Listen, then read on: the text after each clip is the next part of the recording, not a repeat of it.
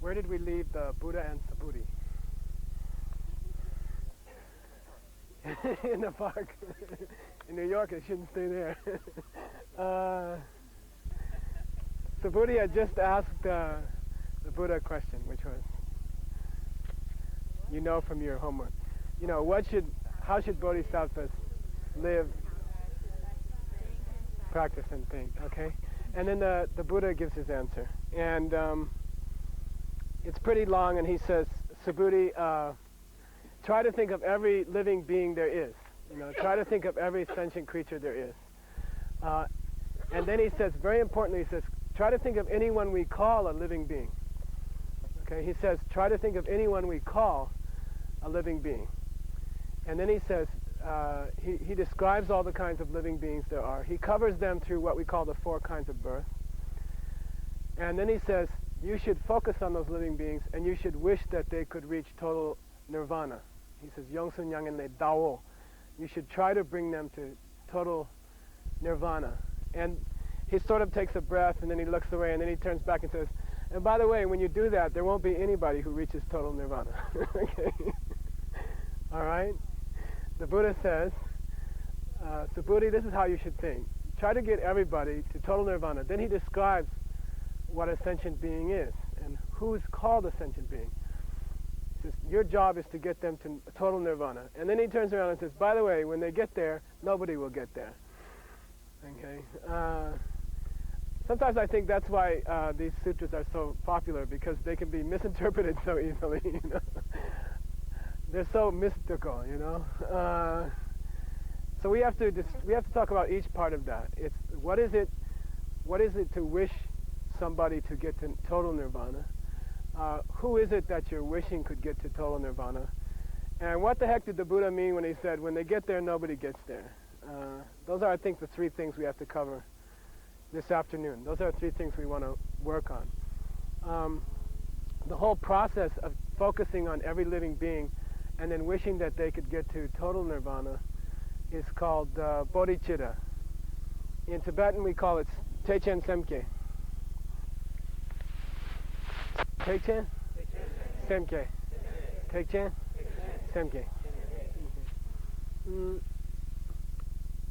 I'll start out by explaining bodhicitta, which is the Sanskrit for a similar word. This is called Semke, Chang Sem. It's been translated as Bodhi mind. Bodhi means Bodhi, or Buddhahood, and Chitta means mind. Okay? And I think, first of all, I'll talk about a lot of misconceptions that people get when they hear the word bodhicitta. I think sometimes, I remember when I was first studying, and people said, oh, it means Bodhi mind. And then you think, wow, if you get that, you must be a Buddha, because you have a Buddha's mind. That's Bodhi mind. It doesn't mean that, okay? It doesn't mean the state of mind of a Buddha. There's some words missing between here, okay? It means the state of mind where you hope to become a Buddha, all right? The state of mind where you're wishing to become a Buddha, okay? So that's the first thing you have to remember. It doesn't refer to the mind of a Buddha. It says Buddha mind. It doesn't mean that. It means the state of mind where you're hoping or wishing or wanting to become a Buddha in order to help others, okay? I think that's the first thing to say about it. In Tibetan we call Semke. Sem means mind, Sem, and Ge means to develop something, okay?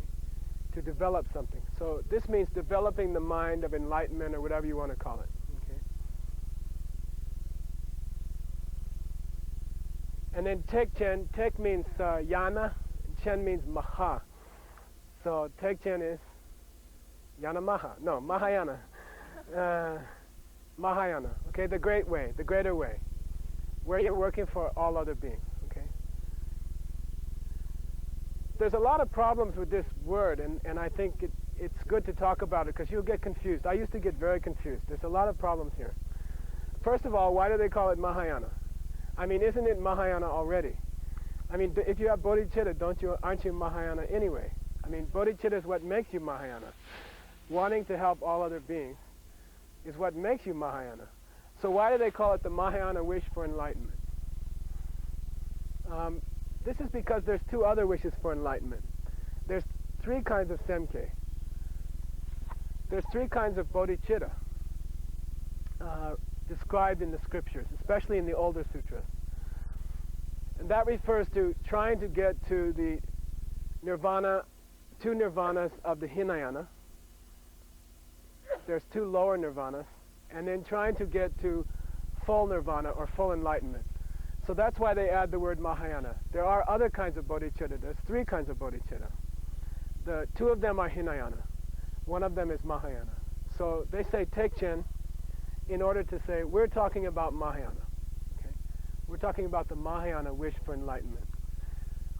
There's two Hinayana wishes for enlightenment. The enlightenment they're wishing for is not total enlightenment, and that's why they call it Tekchen Semke, Mahayana bodhicitta. Okay? So that's the first thing I think you have to say. I'm going to give you the definition of bodhicitta according to Jampa. Who's Jampa? Maitreya. Okay? The coming Buddha, the next Buddha. All right? Who, according to tradition, is really already enlightened, and well, it depends on which school you're in. But anyway. He gave this definition in Abhisamaya Alankara. This is the text for the perfection of wisdom that we study in the monastery. When you get to the monastery, first you do a touch of logic, and then you do 12 years of this book. This was written down by a Sangha, spoken by Maitreya. It's called The Ornament of Realizations. Okay? And in that book, Maitreya says, Semke Pani, Shendun Chir, Yanda Zope, Changchu De. Okay. Semke Pani means bodhicitta is. Okay, Semke Pani means bodhicitta is.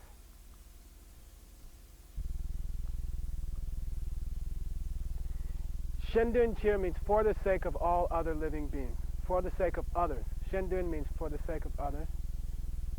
Chir, for that. For the sake of others.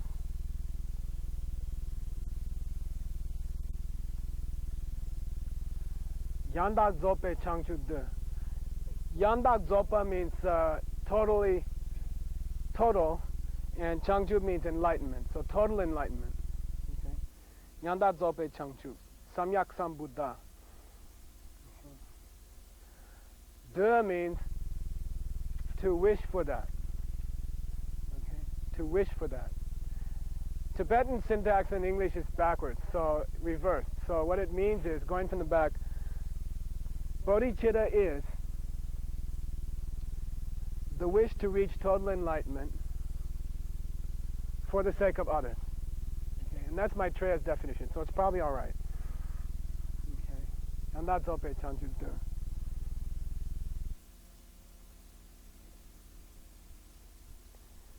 There are two focuses here, and you can already sense them.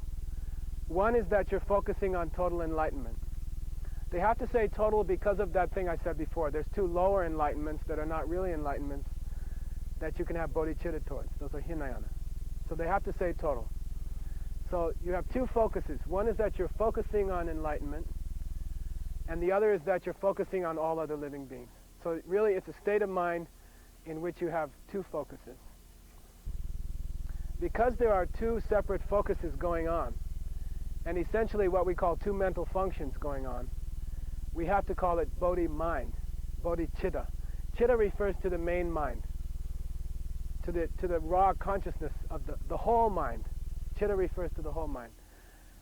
So calling it Bodhi mind is a little unusual in English. You don't say, I have a, well, we do say, I have a mind to go to Boulder Creek this afternoon, or something like that. You don't say, I have a mind to help all sentient beings. It's like, I have a thought, or I'm thinking about helping all sentient beings. You have to say mind. You have to call it, it's called bodhicitta, or mind, because there are two focuses. There are really two mental functions going on at the same time.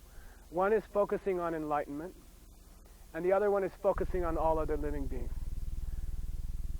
So to get all those two thoughts in one state of mind, they call it mind, chitta, instead of calling it a thought. Okay, and that's a little hard sometimes. People get confused. Bodhi mind, it seems like my whole mind has to be bodhi, you know. Can I have bodhi mind while I'm going to the bathroom or something? You know, because I'm going to be focusing on something else also. And the answer is yes, okay? In other words, your mind has those two focuses. Sometimes it's called dunyi denbilo, which means the mind with two focuses. One focus is primarily for yourself, which is to focus on enlightenment, okay? I mean, you're focusing, when you say enlightenment, I want to reach enlightenment, the trick is that you are concentrating on something for yourself. When you say for the sake of others, then you're concentrating on something for others. And that's a big point. Choni Dogpa Shedip, when you read it, he'll make a big point about it. He says, what it means is, the point is that the best way to help others is to do something for yourself, which is to reach enlightenment. Okay? The way to help others is to become perfect yourself. Like, as you get closer to reaching nirvana yourself, you get very close to some kind of threshold, and at that point, it occurs to you that you have a choice. You know, you can either cross that threshold yourself, or you can turn around and start thinking about other people also. You know, you can start focusing on other people also. And if you're on the Mahayana track, if you're a Bodhisattva track, as you reach that threshold, you have to start thinking about other people also. Your idea is, okay, I will become enlightened, or I'll reach nirvana, but in the back of your mind also is that I want to help other beings. I'm going to reach nirvana so that I can be an example that other people can follow. And when I reach it, I'll really know how to teach it to other people, because before I reach it, I don't really know how to teach it to other people. So the focus is on reaching perfection yourself in order to help other people seriously. And that's the point of Semkye. That's the point of Teichin Semkye. Okay? So it's really defined as, you can think of it as two states of mind going on in one main mind at the same time. Focusing on enlightenment and wanting to help other beings. Okay? As you get closer to nirvana itself, there starts to become a question, you know, am I going to help other people, or am I just going to reach this myself, you know? And the answer is, reach it yourself, but have in the back of your mind that you're reaching it so that you can be an example for other people, and you can teach other people. When you get there, you can teach them with authority, because you've been there. And that's bodhicitta, Teichin Semkye. The second part of that answer by the Buddha was, do it for every living being. And then the Buddha goes through listing all the kinds of beings. And he talks mainly about the 4 kinds of birth. Okay? There are 4 kinds of birth in 4 ways that you can be born. All right? And these come from the Abhidharma Kosha. They're mentioned in the Abhidharma in the 3rd chapter, something like that. And they describe the 4 ways in which a being can be born. The first one is called Gongke. Say Gongke. Gongke. Gong means egg, okay? Gonga or Gong means egg. So Gongke is the first means by which you can take birth. You can take birth from an egg. Okay, Gongke. The second one is called Ngelke. Say Ngelke. Ngelke. Ngel means the womb, and Ke means to be born. So Ngelke means to be born from a womb. Third one is called Trushe le Kepa. Say Trushe le Kepa. Trushe le Kepa. Tru means warmth, and She means wet. And Trushe le Kepa means born from warmth and moisture. Okay. I think in the Middle Ages they called it spontaneous generation or something like that. you know, where it's summertime and the weather reaches a certain temperature, and from all the pools of water, all these mosquitoes show up, which we know to be gonke, egg birth. But anyway, but if you didn't know that, it would look like tushelekyo. The fourth kind of birth is zute kyewa. Say zute kyewa. Zute kyewa. Zu means like a miracle, like miraculous birth. Zute kyewa. Zute means you just pop up, you just show up there. I like to call it finished birth or complete birth. In other words, there's no process of going through a childhood. There's no womb, there's no egg, there's no warmth and water. You just show up there, and you're totally complete already. You just show up there as an adult, finished, completed. That's zute kyewa. It doesn't mean what miraculous birth means in the West, okay? It's just zute kyewa. Like Padmasambhava was supposed to be zute kyewa. All bardo beings are zute kyewa. When you die and you're born into the bardo, you don't have a bardo mommy and a bardo daddy. You just show up there, and you're as complete the first day as you are on the last day. You just show up in the bardo, and you're already complete. It's sort of a miniature form that's very difficult to perceive for humans, and you just show up there finished. A hell birth is also zute kyewa. When you take birth in a hell, the process is like that. You just show up like being beamed down from the Enterprise, you know, and you're just standing there, and suddenly you're just in hell, and then people are already starting to beat on you, or cut you, or stab you, or you don't have any moment to figure out where you are. You just show up there, and suddenly someone's beating on you or stabbing you, and you're trying to fight back. And then your whole life there is like that. It's a big struggle. Like from the very first moment, you have no idea how you got there. You don't know why people are beating up on you or killing you, and you just show up there, and people are, right away they're beating on you, and you're immediately reacting and responding and trying to beat them back. And it goes on for thousands of years. It's just thousands of years of struggling against other people and trying to kill them as they try to kill you. And that's a hell birth. That's a zute kyewa. Most humans are nyalke, as you know, womb birth, but not all. And you can read about that in the text. He covers all the different kinds of beings in that way. He also covers all sentient beings from the point of view of their ability to conceptualize. There's some kinds of realms, like our realm, where we live on very gross conceptualizations, like to be able to eat food, for example, and to smell and to taste food. It's a very gross and low form of conceptualization.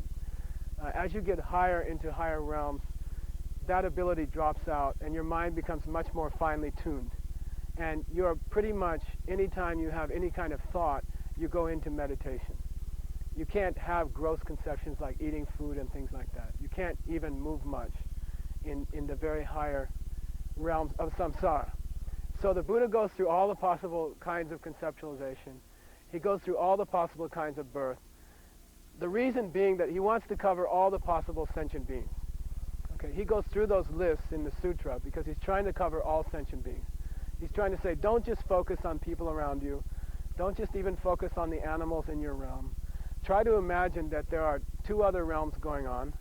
They're full of sentient beings, and you should think of them, and you should imagine that you're going to be trying to help them too. The reason you want to reach enlightenment is to help all the beings that you can see, and then a lot of beings that you can't see, and you have no imagination that you could ever, that they even exist. I mean, I can't prove to you that there's a form realm and a formless realm. We are in what's called the desire realm, and you don't really become sure of that until, for example, when you reach the path of seeing. One of the realizations you get on the day that you see emptiness is that you really are in the desire realm, and there really are other realms.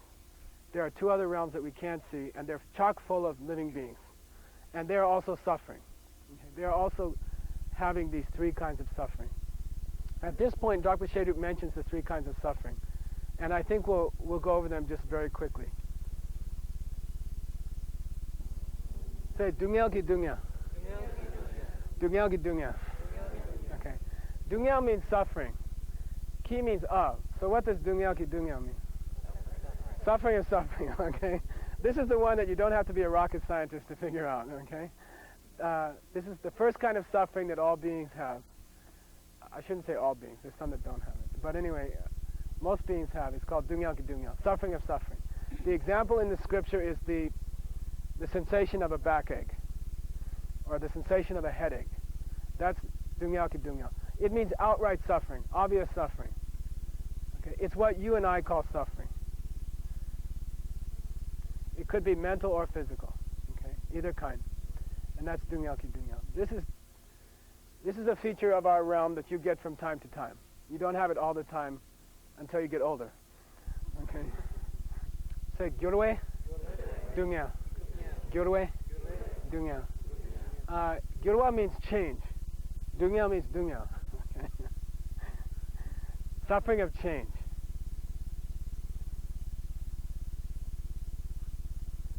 This one is really nasty. I mean, to put it simply, because we have a long way to go this afternoon. Because we still got to get to the hard part, which was how come nobody gets to nirvana when you put them all in nirvana? Very, very simply, there's no good thing in your life or my life which will not change into something bad. Okay? There ain't nothing about your life, about your normal life, that will not change into something bad eventually. Okay? There just isn't anything. There's something innately defective with the good things in your life and my life. There is no pleasure that you and I can enjoy which does not eventually lead to suffering. Period. That's a little tricky. She asked, what about Dharma practice? That is an exception. All right? I'm talking about worldly, okay? But it is an exception. It says, Lama tope dujinam sakche kanje deda lasanam kundu gebagir. That's the Abhidharma Kosha, first chapter. And he says, Lama tope, except for the Buddhist path. Everything else is suffering.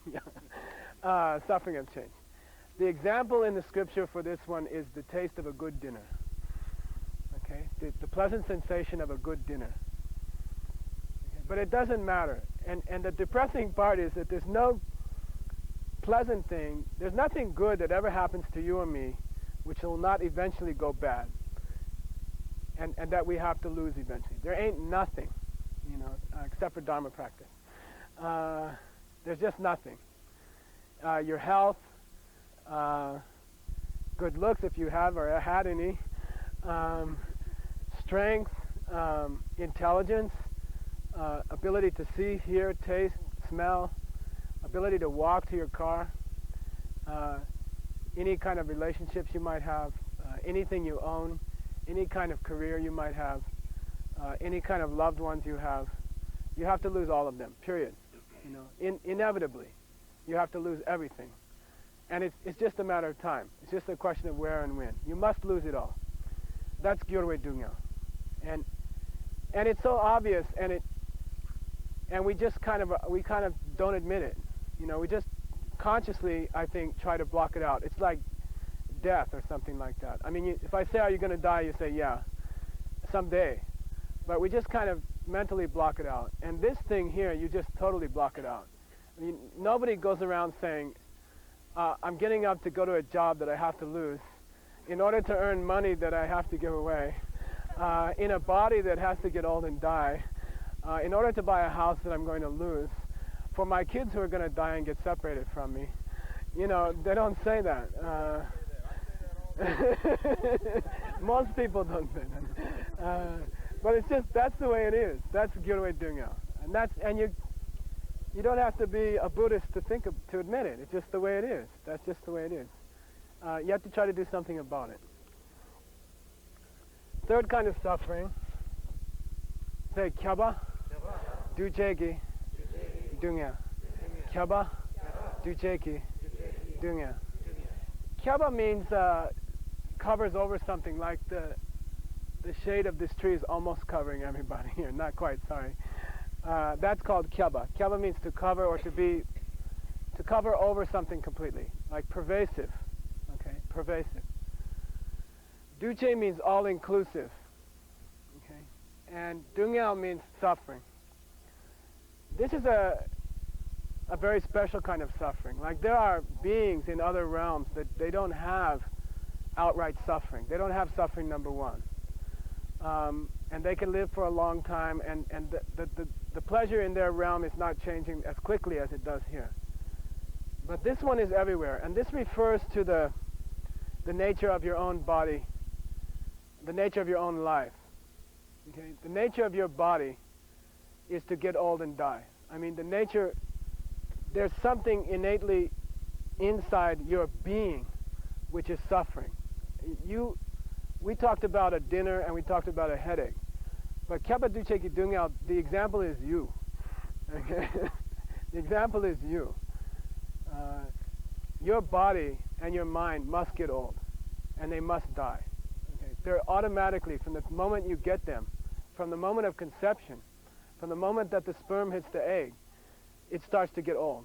It starts to age, and it starts to lose its strength and vitality. It must. It always will.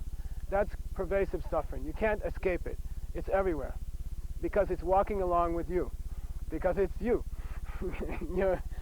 Your body and your mind are like that. You must suffer, and the body must degenerate and get worse.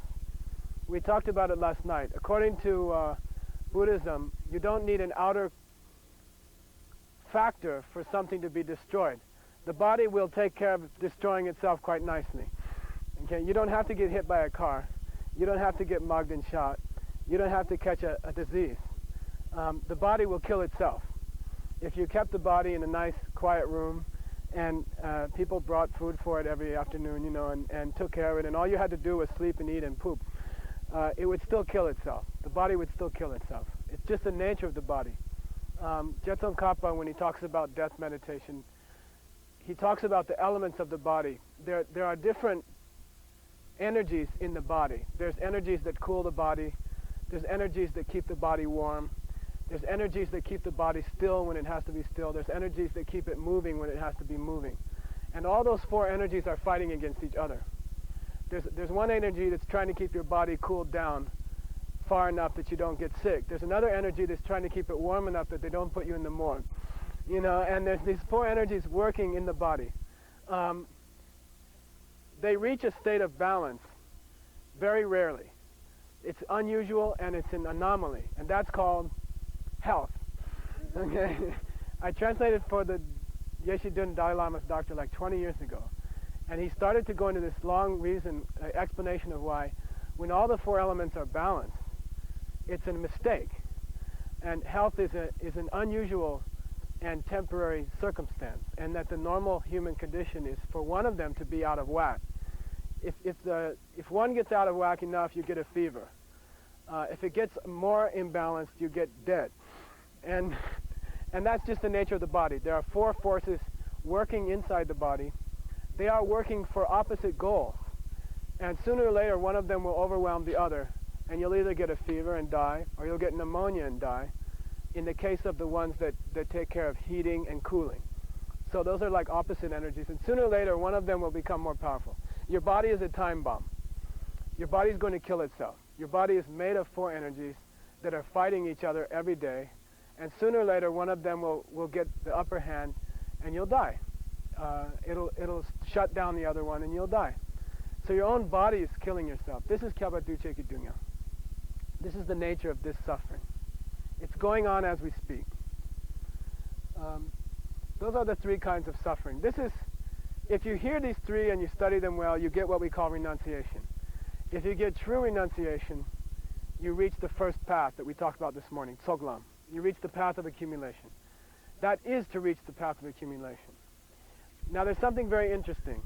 If you take that same realization and you focus it towards other people's situation, if you say, it's not just my body, it's her body and his body and his body. They all have the same problem that I have.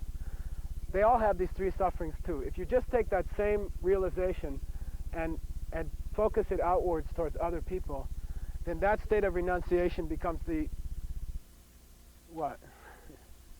It's bodhicitta, okay? So really,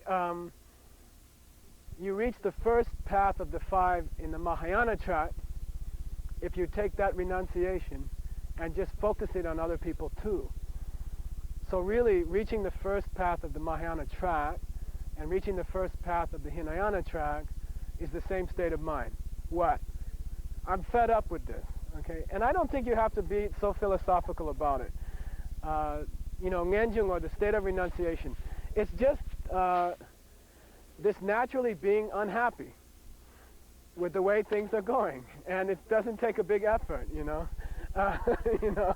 It's very simple.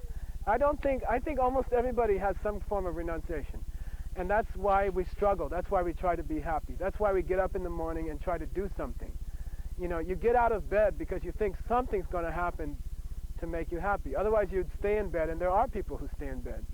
Like in mental wards or something. They just stay in bed because they can't imagine anything good coming out of getting up today.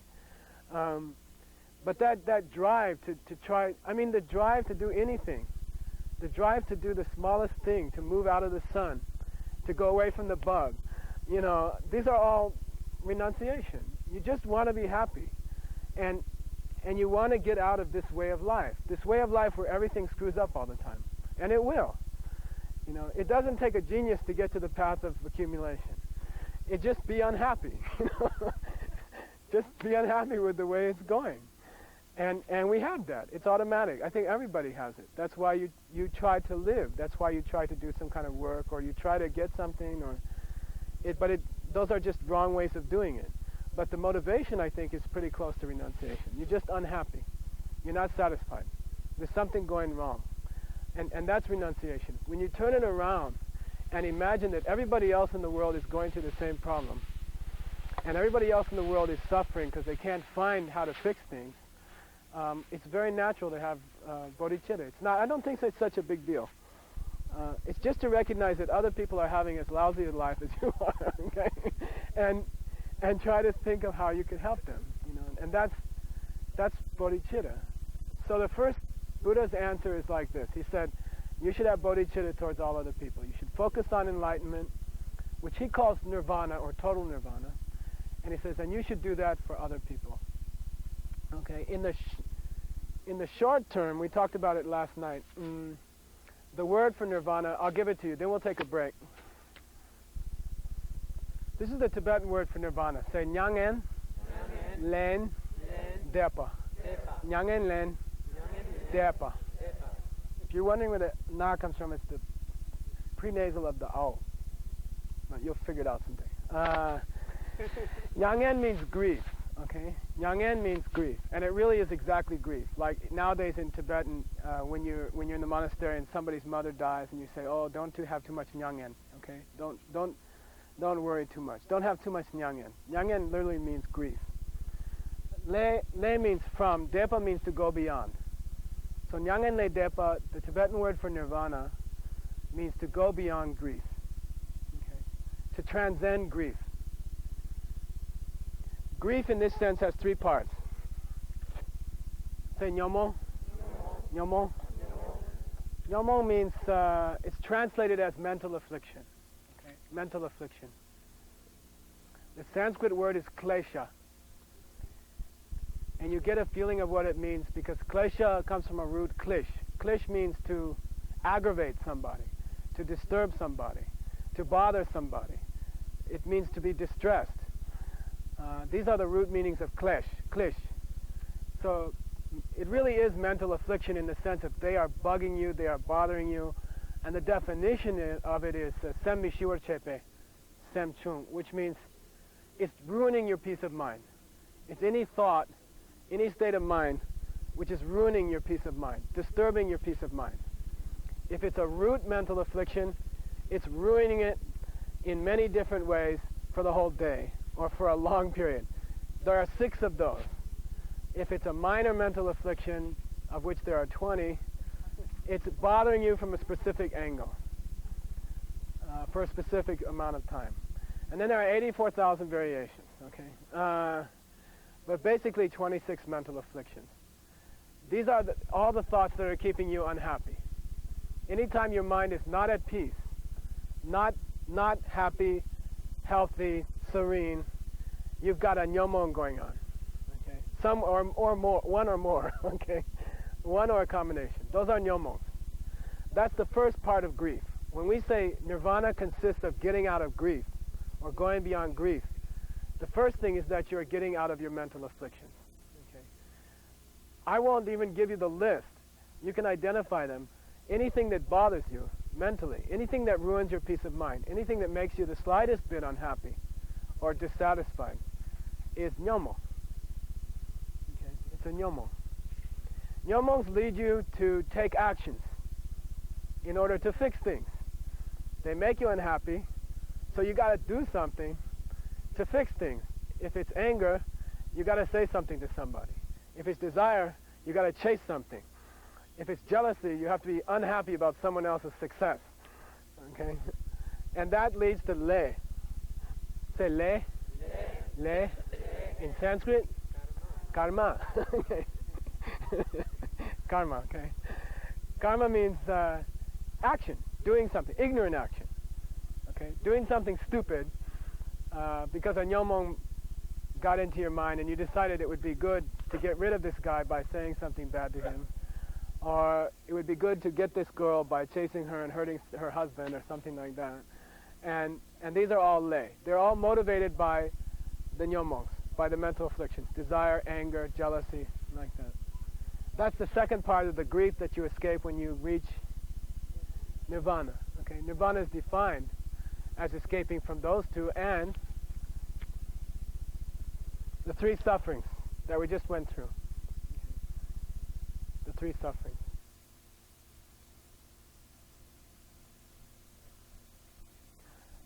So nirvana in its most basic sense means, and it's defined as Nyundip Malupa Pambe Sosor Tango. You should say it just for good luck, okay? Nyundip Malupa Pambe Sosor Tango. Which means eliminating all your mental afflictions permanently.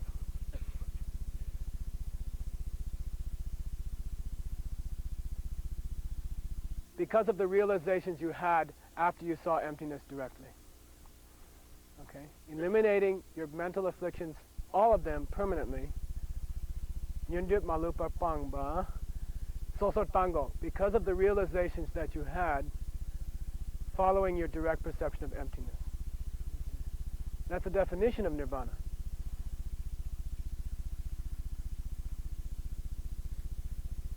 What's the difference between nirvana and Buddhahood? And then we'll take a break.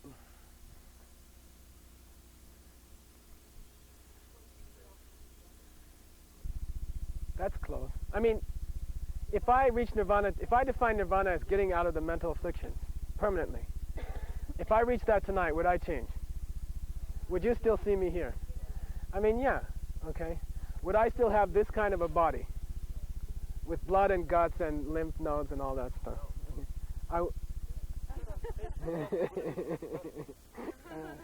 No, that's why I'm asking. The difference between nirvana and Buddhahood. Okay, what's the difference between nirvana and Buddhahood? Nirvana is simply the absence of the mental afflictions. It's overcoming the bad parts of your mind permanently. It doesn't say anything about your body. It doesn't say anything about the suffering that's going on around you. It doesn't say anything about your relationships or your house or your family or anything else. That's still suffering. Those things are still going to be screwy. And I guarantee you they will. Okay? They will still mess up all the time. We spend our whole life doing damage control, you know. That won't change. Life will continue to change and mess up. Constantly. You don't have any choice. But mentally what? You won't have those mental afflictions. You will not have those mental afflictions. Okay? You will not have anger, desire, hatred, jealousy about it. Okay? It will happen, but you won't have those emotions about it. Okay? You won't respond in a bad way. You won't collect new karma, but you still got old karma. Okay? The day when you clean out your old karma, totally, then and under the influence of ultimate compassion, then you reach what's called total nirvana, which is the same thing as Buddhahood. So there's a big difference between nirvana and Buddhahood. Okay? Nirvana is simply eliminating your mental afflictions permanently, which can only be done by seeing emptiness directly. Buddhahood is when you go further and further on and then the rest of your world straightens out. The physical world around you becomes a paradise. The beings around you become holy angels. And your own body changes and becomes what we call a rainbow body. It changes its nature completely. And then you reach what's called total enlightenment, and that is freedom from all three sufferings. You don't have any of those three sufferings anymore. What I mean is, if you didn't have mental afflictions, you wouldn't react to people negatively. Even if people hurt you, or even if things didn't work out in your relationships or in your life, you wouldn't respond with anger or hatred. Because of that, you wouldn't collect new karma for new suffering. But like this body was produced by karma that was definitely committed before December 17th, 1952, when I was conceived, you know what I mean, or born or whatever. I mean, this body is a projection continuing on from events that happened before I was born. And until that wears out, this body won't die. This body won't change. So even if tonight I reached nirvana, and I overcame anger in its every form, even down to the slightest irritation, my body would still be here the next morning, because it's been projected by my former karma. But at least I won't collect any new bad deeds. What you said earlier, though, is that even That's why there's the fourth path. That's why there's the fourth path. The fourth path consists of the many years that it takes after you see emptiness directly to finish off your mental afflictions. Yeah, when you see emptiness directly, you only destroy, we talked about it last night, 1.5 mental afflictions permanently. You can never doubt Buddhism again. You saw your future life directly, you saw the Buddha directly. Well, who's going to tell you anything? You know, you got somebody going to convince you that there's no future life. You know what your future lives are. You know certain details of your future lives. You know when you're going to die. You know what the Buddha looks like. And you know you're not crazy. You know it at the time? After seeing emptiness directly. During the period immediately following, within the next 24 hours. So who's going to talk you out of Buddhism? You know, it's like knowing the lottery numbers for next year, you know. And who's going to talk you out of Buddhism? You lose the capacity to doubt this path. But that's the only mental affliction you lose permanently in its entirety. And that's doubt about Buddhism. That whole path of habituation, which can take 7 lifetimes, or typically 7, is full of fighting the mental afflictions and using the knowledge that you gain to destroy them. Okay. And that's a long job. In the Mahayana track, up to the 8th Bodhisattva level, you're fighting them. And you're still doing bad things.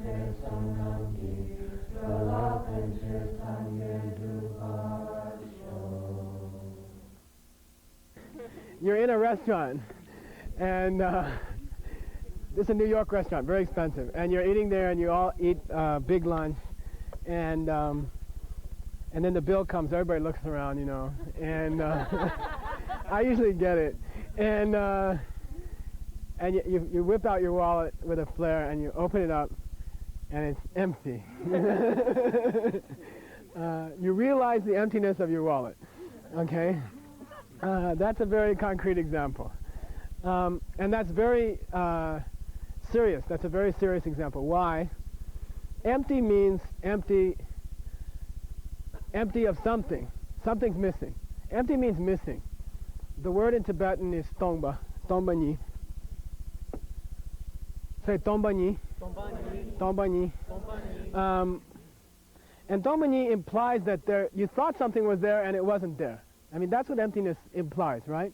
Emptiness means there was supposed to be something in the wallet, but it ain't there. And that's emptiness. That's emptiness implies that something you thought was there isn't there. Okay? Something you thought was there is not there. Like bucks. You know? So that's emptiness. I mean, emptiness implies the missing of something missing. Something's not there. Okay? When we talk about emptiness in Buddhism, philosophically, what's the thing that's missing? What's the thing that you thought was there but ain't there? It has many, many words, you know. I'll call it self-existent thing, okay? There's many words you can use. I'm going to call it a self-existent thing, okay? Something you thought was there that ain't there. And therefore you come up empty. And that's exactly what emptiness means. Something you thought was there is not there, and that's emptiness, okay? Self-existent thing. We have a name for the self-existent thing.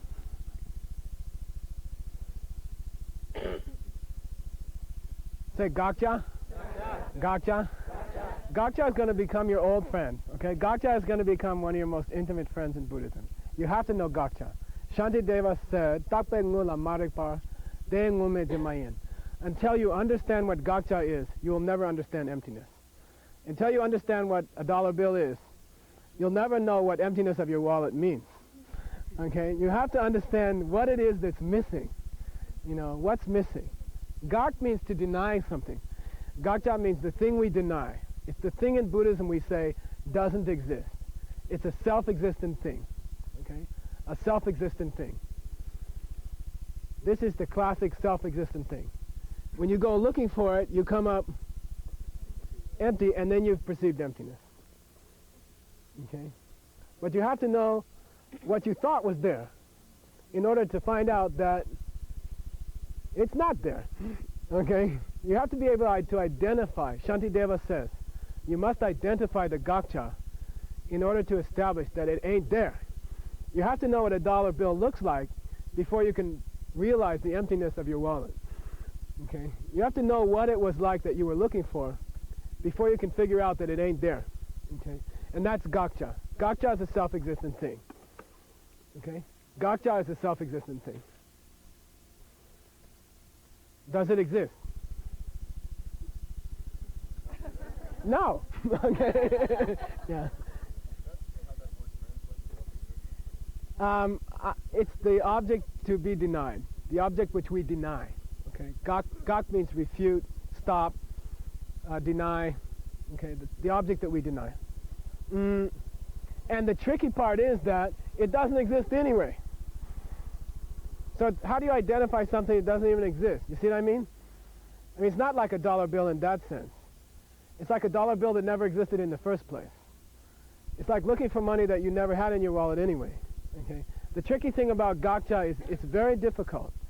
You're trying to identify a self-existent thing that you think is there, which never was there, and can't be there, because it doesn't even exist. Okay, so in the first place you have to understand Gakcha doesn't even exist. A self-existent thing is crazy. There's no such thing. We are constantly living in a world where we think things are self-existent. But they don't, that thing doesn't exist. A self-existent thing doesn't even exist. So really what we're talking about identifying is your imagination of a self-existent thing. It's called Gakche Chi. Say Chi. Chi. Chi means that mental image of a self-existent thing. Does that exist? Yeah. Can you imagine a two-headed elephant? You can. Does it exist? No. But the imagination exists. Like you can picture in your mind an elephant with two heads. But if you go out looking for one, you won't find it. And when you establish that there are no two-headed elephants in Vajrapani Institute, you can say this place is empty of two-headed elephants, okay, which never existed anyway. So the tricky thing about Gakcha, self-existent thing, it can't exist anyway. It's just a silly thing. It can't exist. It can't exist. Your imagination of it does exist. And in fact, it is the root of all suffering. Okay? Your picture of it in your mind does exist. And that is the root of all suffering. Okay? What would a self-existent thing be like? Well, it would not depend on anything else. Okay? It does not depend on anything else. Okay? So we can say it's not dependent.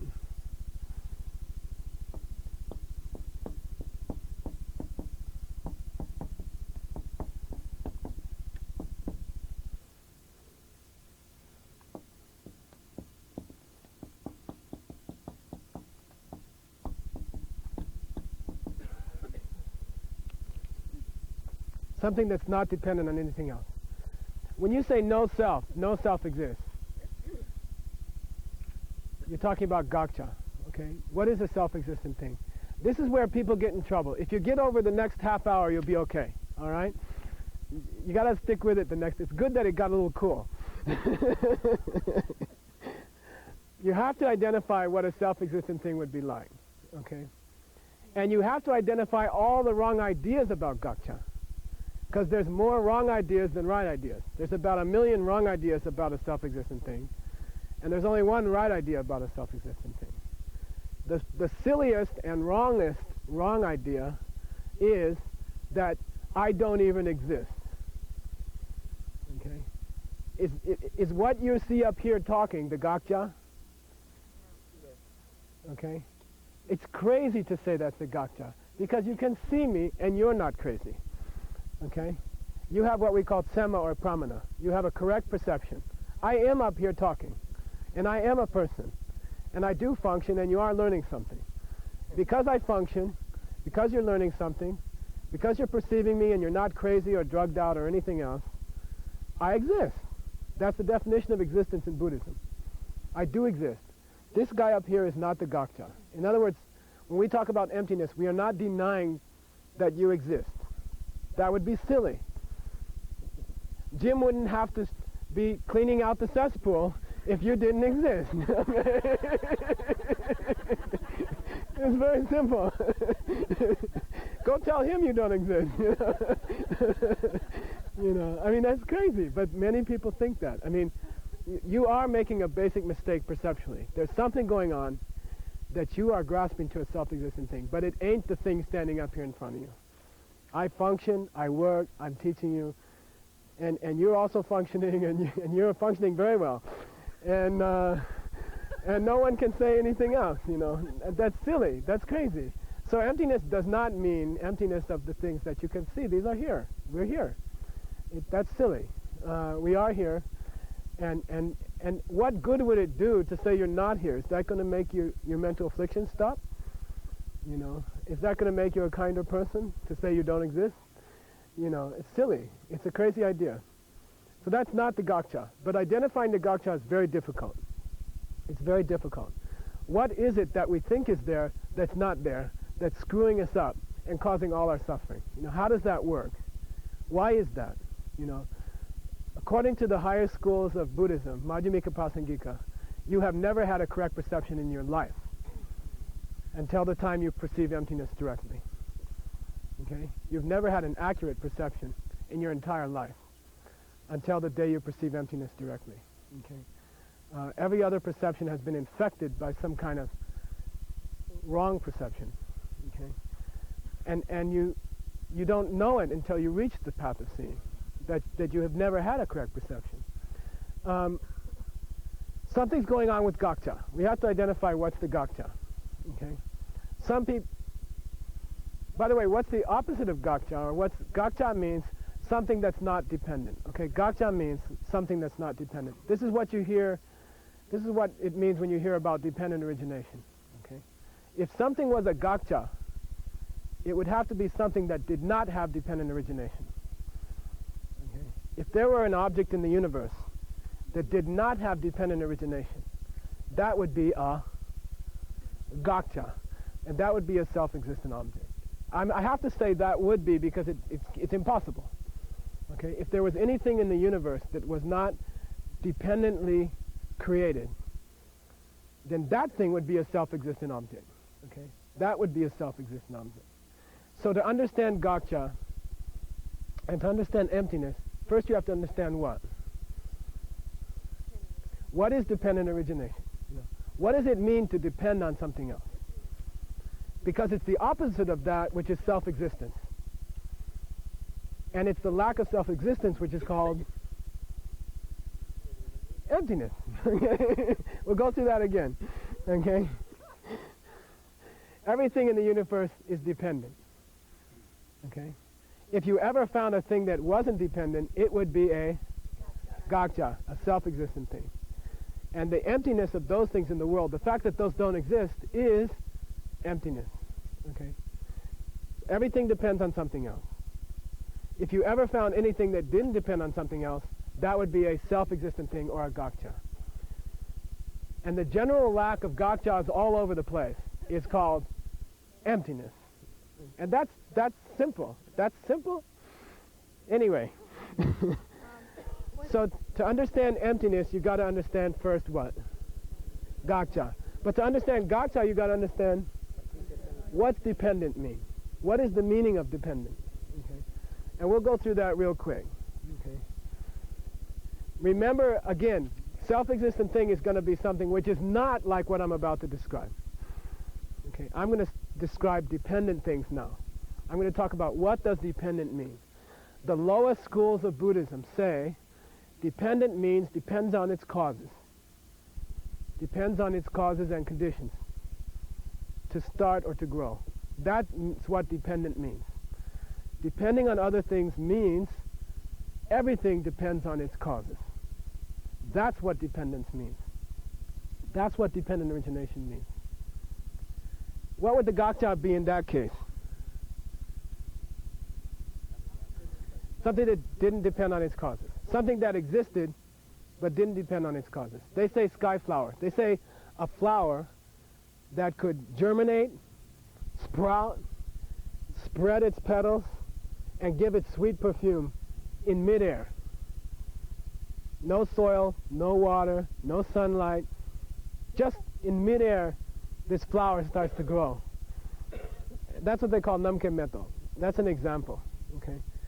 If you could take, if suddenly a cucumber could grow in front of you in air, in empty space right in front of you, without any water, without any seed, without any farmer, without any sunlight or earth, that would be a gakcha. Okay? Now, do you have a problem with that kind of thing? Are you constantly distressed or disturbed by cucumbers growing in the air around you? You know, I mean, is this causing you a lot of suffering? You know, I mean, do you have gakchas like that that are ruining your life and that are causing the three kinds of suffering for you? You know? No, I mean, I used to get really disturbed by this thing, you know. Like, I don't have a problem with flowers growing in space around me. It doesn't happen, you know. So what's the point, you know? So what? So the trees around Vajrapani had seeds and they had sunlight. I understand that. I don't have a problem with that. That's not making me suffer. You know, I don't get it. I don't believe in gakchas. I don't think that, you know, a redwood is going to grow in the middle of the driveway and we'll have a problem without a seed, without any growth period, without any watering. You know, I don't have a problem like that. That doesn't make my life terrible. I didn't get it. You know, I mean, if that's what dependent origination means, And if the opposite of that is something that could grow without any seeds, so I don't see the point. I'm not holding on to that all my life. I'm not going around telling people, watch out, there might be a redwood grew in the driveway while we were having a, class, It's not a problem. The higher schools say to the lower schools, come on, not everything has to have seeds. For example, there is space itself, okay? Space itself, empty space, exists. If empty space didn't exist, I wouldn't have a place to be right now. I'd have to move over, okay? If there wasn't empty space right there, I couldn't be there, okay? There's always empty space next to me, and I can move into it. Does the empty space go away? No, it's occupied, but it doesn't go away. And when I move out of it, it's not occupied anymore. And when I move into it, it's occupied again. But empty space is always there. I mean, the planet Earth can disappear. The sun can melt. Everything can go away. Empty space will still be there. Empty space does not have causes. It does not grow. It did not start. It will not end. It doesn't change. It doesn't change. It doesn't depend on seeds or any kind of growth process. It's just there. So the higher schools say to the lower schools, that can't be what dependence means. That can't be what dependent origination means. And I was glad when I found that out, because I was really frustrated. Lamas telling me, everything's caused, therefore everything's empty. So what? I mean, I don't have a problem with that. And it doesn't make me happier to find out that everything has a seed. I mean, it didn't change my life. It is one meaning of dependent origination. It's not the ultimate meaning of dependent origination. So what do the next schools say? The next group of schools, they say dependent origination means that everything has its parts. Everything depends on its parts. That's a little more subtle. That makes more sense. Okay? Everything depends on its parts. And that's what dependent origination means. That's what the middle schools say. Okay? They say everything is dependently originating because it depends on its parts. In that case, the Gakcha would be what? Something that didn't depend on its parts. Something that could exist without parts. And there ain't nothing like that. Everything has parts. Okay? Even empty space has east, west, north, south, up, down. Even empty space has parts. Okay? So in that sense, it's dependent. It is dependent. It comes into existence. It exists through dependence. Okay? So what? I mean, is that going to stop my suffering? It's okay. Everything is like those models I used to build when I was a kid. They all have parts. So what's the point? I mean, I still didn't get it. I'm still saying, so okay, I admit that every object in the world has parts. And they all depend on their parts. And if there was something in the world that didn't have parts, that would be a gakcha. But I don't have a problem with that. I don't go around obsessing on things that don't have parts.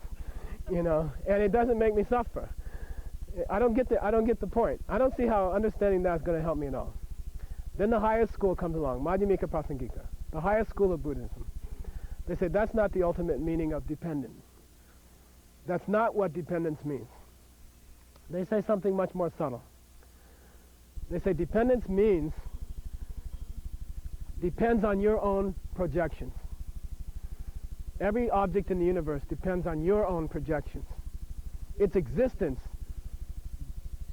depends on your projections.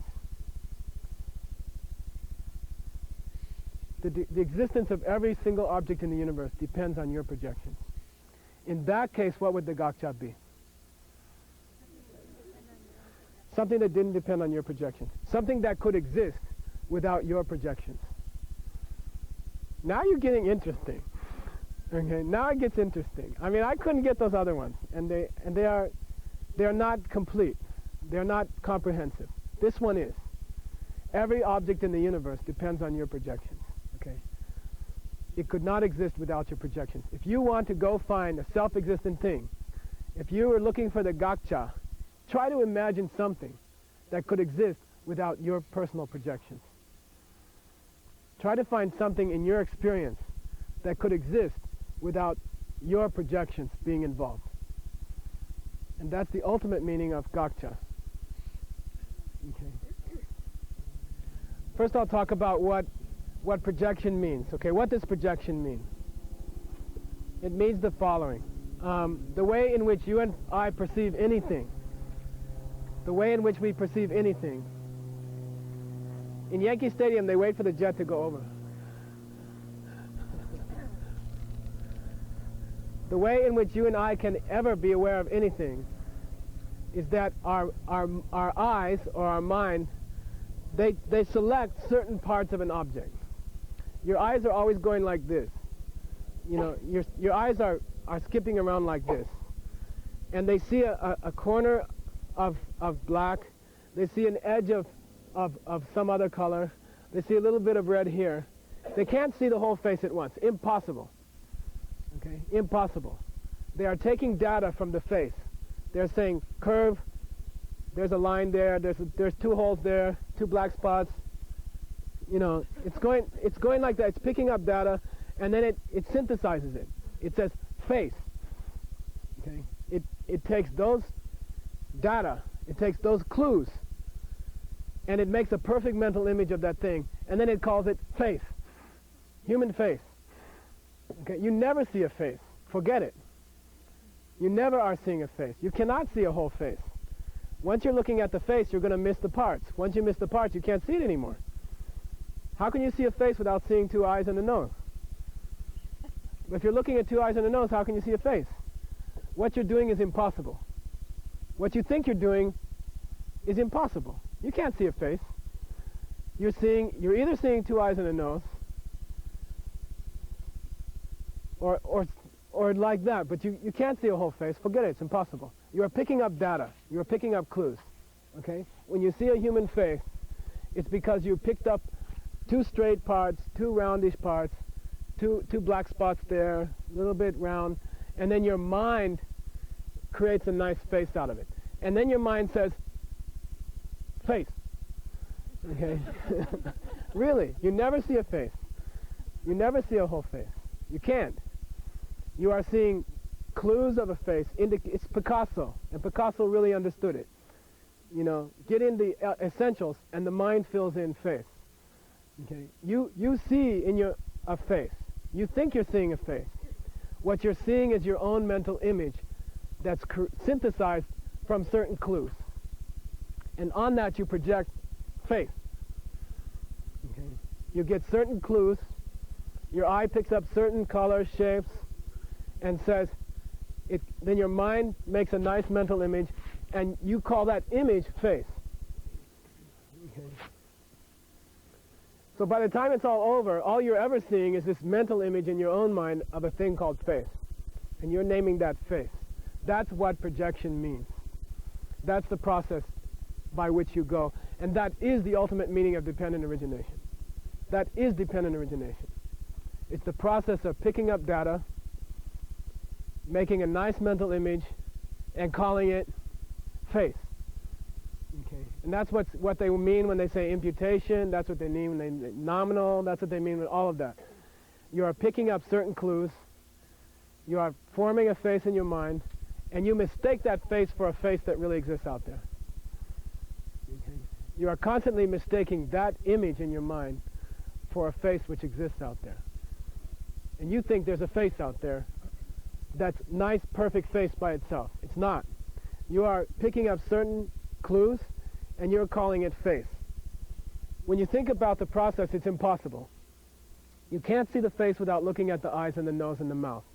When you're looking at the eyes and the nose and the mouth, you can't be looking at the face. It's impossible. What you think you're doing is impossible. It's so simple that you miss it. You can't see a face without seeing the parts.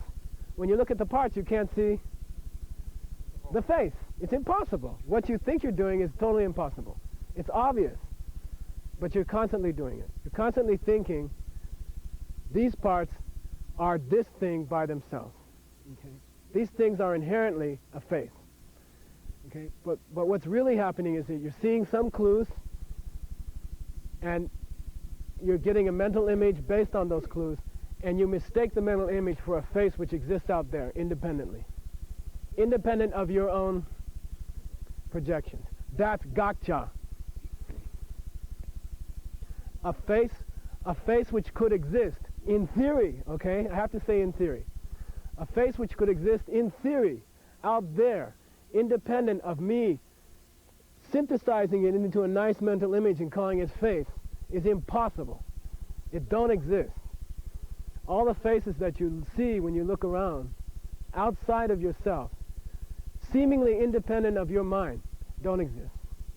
Label is fine. You're taking a group of parts, you're conceiving them as a whole, and then you are naming it or labeling it or imputing it. I don't care what you call it. The whole process I call projection. It's projection. It's called takpa. Tane takpa. Okay? That whole process is called projection. That is the ultimate meaning of dependent origination. Based on my explanation, you can't perceive it right now. There will come a day at the end of the path of preparation when you perceive it directly. You'll be standing there looking at a pot and realizing this can't be what I think it is. This is not outside of my own projection. This is not outside of my own mental imaging. That pot don't exist on that stove. It exists in my own mind. Okay. There'll come a day when you see that directly. On that day you have grasped dependent origination.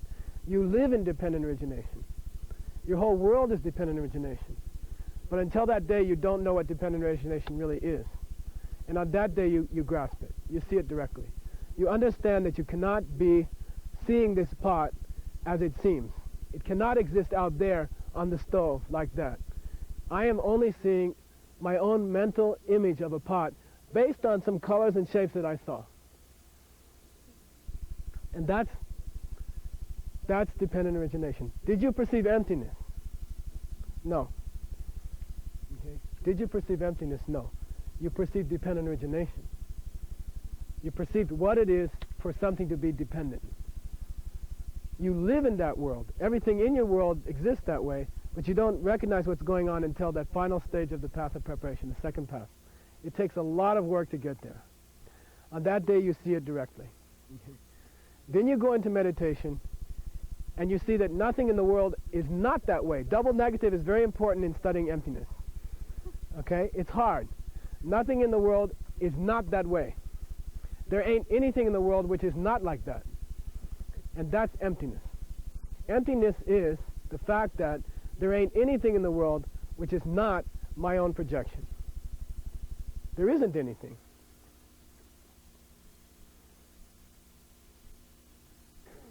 Some people say, does that mean nothing exists? You know? Then you have to think about it. All right? Like, how do I see a face? I see two eyes, a nose, and a mouth, and I call it face. I project onto it face. Okay. How do I see the eye? Same way. I see the left side of the eye and the right side of the eye and the middle of the eye, and I glue it all together in my mind and call it eye. Okay. How do I see the left side of the eye? Huh? Same thing.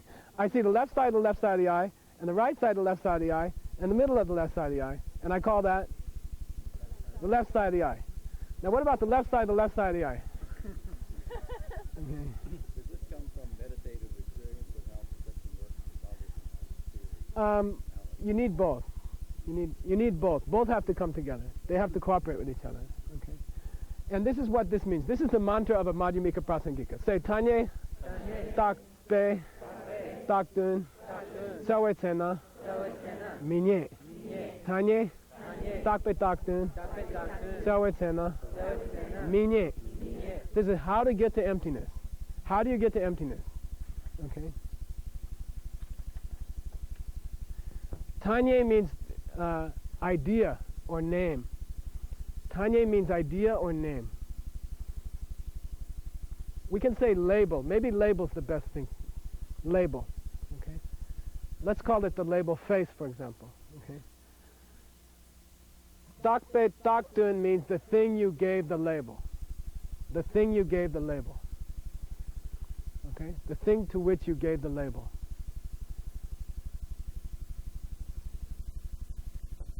The object to which you gave the label. Selwe tsena. Selwe tsena means when you look for it. When you go looking for it. Okay? When you go on an exploring trip. When you go on an investigation mentally to go find the object which you are labeling. Okay? Minye. Minye means you ain't gonna find anything. Minye means you can't find anything. You'll never find it. And what you come up with is emptiness. Okay, it's cool. Okay? You go on a search for a two-headed elephant around Vajrapani. You go to the left, you go to the right, up, down, everywhere. You don't find it. You found the emptiness of elephant, two-headed elephant. Okay? That is the trip. That is the process. Okay? I'm talking about. But the point here is that when you go looking for the thing that you labeled, you'll never find anything. And if you keep doing that long enough, you'll come up with zero. That's emptiness. Okay? What does that mean? Okay, what does that mean? Okay, let's start with a face. Okay? If you go try to find a face that doesn't depend on your own perception. Okay? Let's go try to find a face that can exist without this process of you taking parts and calling them face. Okay? So, we got to leave out the person calling them face. We're just looking for the parts. Okay? And I ask you, is two oval shapes and two straight lines and a bigger oval always a face? Is it self-existently, inherently a face?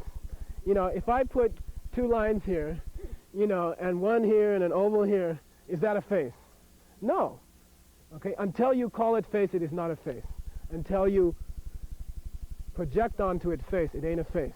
Two lines, two round things, two smaller black things, and one round thing here is not a face by itself. That's a gotcha. Okay.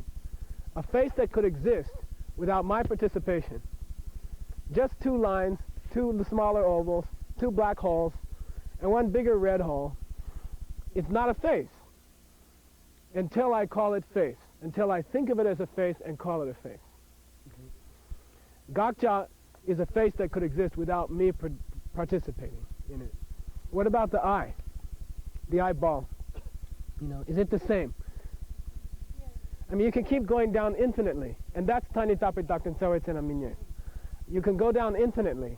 You can keep looking for an eyeball, which is an eyeball by itself. You can keep looking for a part of an eyeball, which is part of an eyeball by itself. You can keep looking for a face, which is a face by itself, without your own participation or your own projections, and you'll never find it. You can't find it. You keep coming up with zero. You keep coming up empty. That's the process of locating emptiness. And that's the meditation that you do. You can keep looking for it, you'll never find it. You keep looking for a two-headed elephant. You cover all of Vajrapani. I mean, they have a certain size, right? So if it's here, it's got to be a certain size. I mean, you don't need a microscope to do this examination. You know it's got to be like 3 yards long or something. So it's pretty restricted. You cover every area in Vajrapani that's 3 yards long. If you don't find a two-headed elephant, then what? It's empty. Then they don't exist. They really don't exist. The trick is that you're looking for something that never existed in the first place. That's the first trick. A self-existent me never existed in the first place. So it's going to be a little hard to establish that it's not there, because it never existed anyway. Okay, that's the first difficult part. Exactly. I mean, we're on the last part of the Buddha's answer. Okay, who achieves nirvana? What's that guy like? You know, I swear, you know, I swear to take all sentient beings to enlightenment, final nirvana. Who? You know, who? Who are you going to take to nirvana?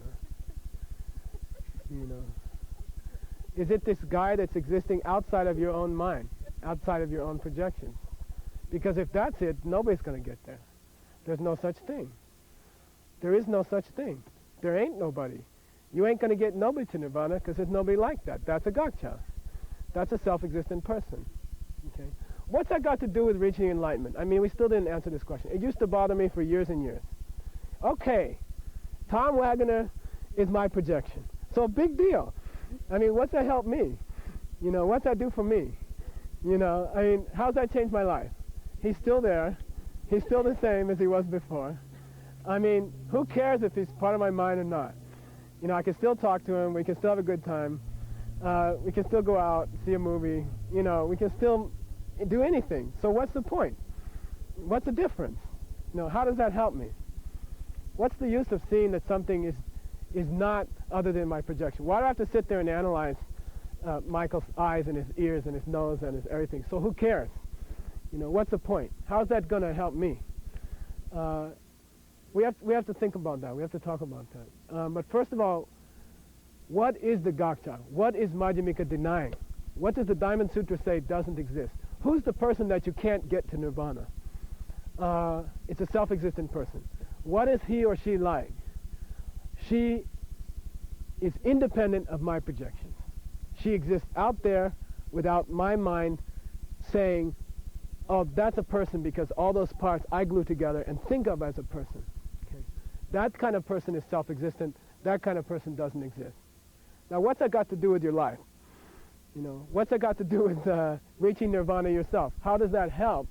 We're going to talk about that all during the course. That's going to be the point of the whole course. Okay? The process of reaching emptiness is to go on the search for the two-headed elephant in all the places where the two-headed elephant could be.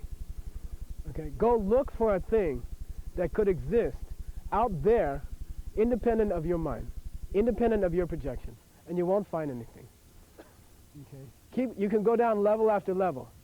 You know, look for a face that's independent. Look for an eye that's independent. Look for the part of the eye that's independent. You won't find it. Okay. You won't get to it. When you finally get tired and run out of places to look, you've reached emptiness. You've perceived emptiness. Okay. It all seems very intellectual. It all seems very impractical. It all seems very much, you know, like BS in a philosophy class in college. And now the next job we have to do is to relate it to your real life. You know, what's it got to do with your real life? Why is that important for destroying your mental afflictions? Why is it that if you understood this thing perfectly, you would be totally serene and happy? You know, what's the connection? We have to talk about that. I mean, we'll get to that. That's the point of the course. I can't do it in one day. You know, we'll start on it tomorrow, and we'll get to it. There is some connection, and it's not often made. I mean, you very rarely hear a good explanation of emptiness, and even if you get it, the reaction is, well, what's the use to me? You know, so who cares? You know, okay, maybe I'm seeing parts, maybe I'm seeing a whole, maybe it's my projection, but, you know, it still hurts when a car hits me, you know. I don't care if it's made of parts or not. You know, what's it got to do with me? You know, you have to, we'll get to that. We have to get into that. Nagarjuna says the following. He says, he got the Max Yasgur, right? What did he say at Woodstock? He says, I'm a farmer. And Nagarjuna says, there's a place in the scripture where he says, I'm a farmer. He says, look, if you don't get into it, if you just leave it alone, you can farm. You can dig the earth, you can plant seeds, things will grow. You know, he says, I believe what farmers believe. If farmers say something's there, Nagarjuna says it's there. You know, I'm on the level of not investigating things. If you just leave everything alone and don't stir anything up and don't open the can of worms, everything is fine. Everything's there, it all works, it all grows, they can plant in the spring, they'll get things in the fall. As long as you don't investigate or go and analytically, everything is there, conventionally. But once you start looking for something which could exist without your participation of your projections, forget it, you won't find anything. And it doesn't matter how deep you go, you won't find anything.